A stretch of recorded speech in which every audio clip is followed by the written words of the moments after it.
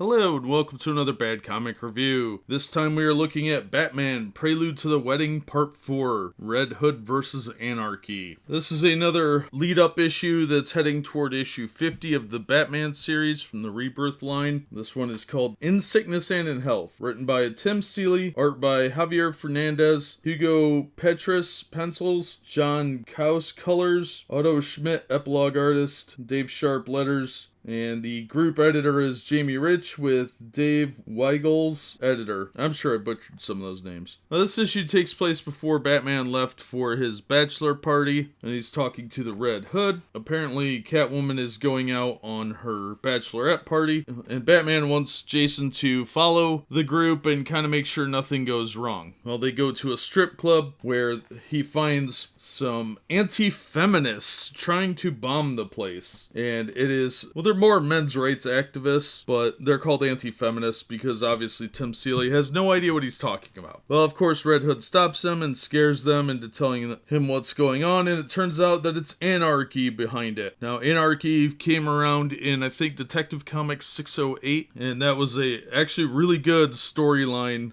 He was just some mixed up kid who was real into being an anarchist. And now he's a hacker, an internet celebrity, and self-described vigilante with socialist populist political leanings, according to this. I'm quoting that. Artemis volunteers to go help Jason because she would like to meet an anti-feminist. Ooh, way to virtue signal there, Tim Seeley. There apparently Anarky was setting up some kind of group meeting. Jason thought they were all going to be like anti-feminists, but they're not. It's actually a amalgamation of different groups. So it turns out that Selina's going down to Butcher's Block to relive some childhood obsession with crappy dance clubs, and that's where Anarky has assembled his people through his internet connections or whatever, and this is really just Anarky getting back at Batman. Jason says, look man, as far as I know, you're just some mixed up hacker with a bad case of white liberal rage, which actually I thought was kind of funny, but it still doesn't even out the like heavy virtue signaling that's going on in this book. So Anarky tries to observe order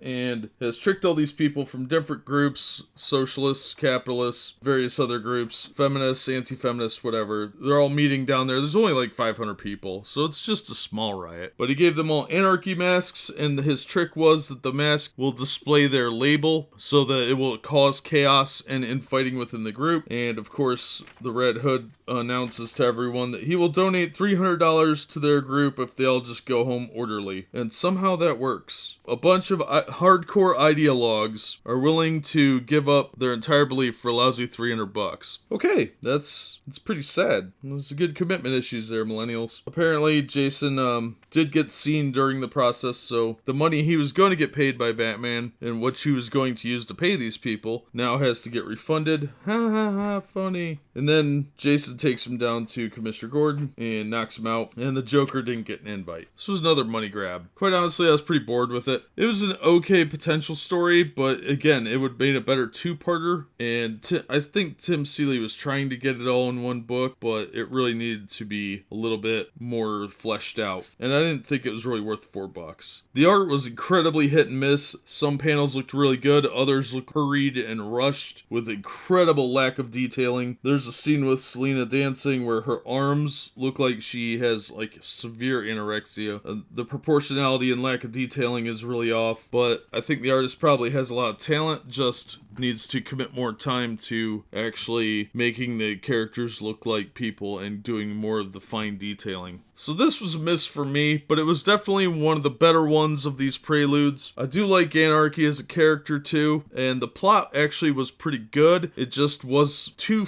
rushed, too short, definitely needed to be stretched out more. But that being said, I'm not going to recommend it unless you find it real cheap, and I definitely don't think these books are worth $4. I think they're just money grabs, and I don't support that sort of thing. They're really playing up these events lately, and it's really annoying. But that's just my take on it. As always, thank you so much for listening and supporting the channel. If you liked the video, hit the thumbs up and consider subscribing, and we hope to see you on the next one.